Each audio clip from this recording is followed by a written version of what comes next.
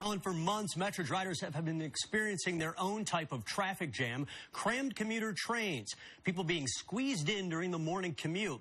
The I-Team wanted to know how often this was happening and why. Listen closely as this METRA conductor makes an announcement about a car shortage.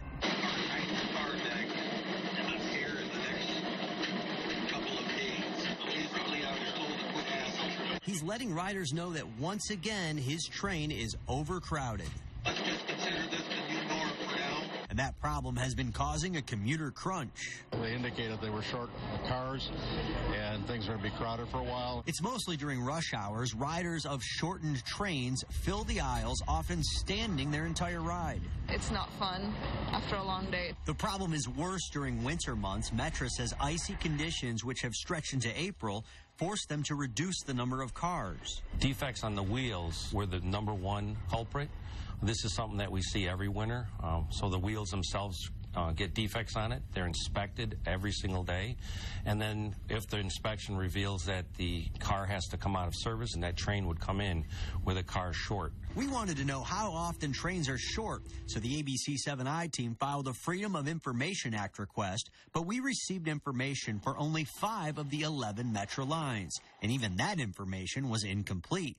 Traveling from Aurora to Union Station, the BNSF Railway has the highest number of riders. In January alone, BNSF trains were short cars a total of 154 times. Those are one-way trips either to or from downtown. More than half run during rush hour. February was worse. 262 BNSF trains made one-way trips down a car. The worst day was February 23rd, when 48 one-way trips were short. METRA says they're short on spare cars. You have a very low spare ratio of both locomotives and cars. The more spares you have, the quicker you can pull things out and replace them. I'm sure you can understand the frustration from riders. What do you want to say to riders?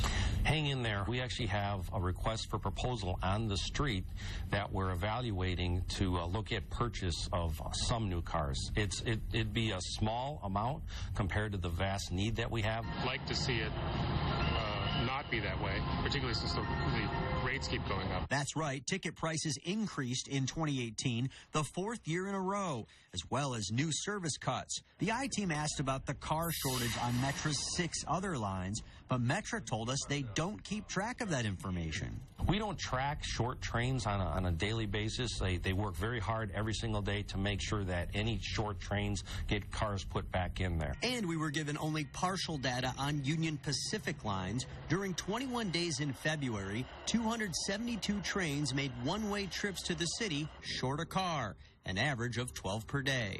The onboard radios have just been delivered. Adding to this year's weather issues was a federal mandate requiring train cars to be fitted with a safety mechanism called positive train control. We did purchase some cars. That's going to add another 7 to our spares. So a combined somewhere in the 10 to 14 range we should have available for next winter. But METRA riders we talked to say the rails need to be better prepared to keep up with commuters' needs. This is Chicago, you know.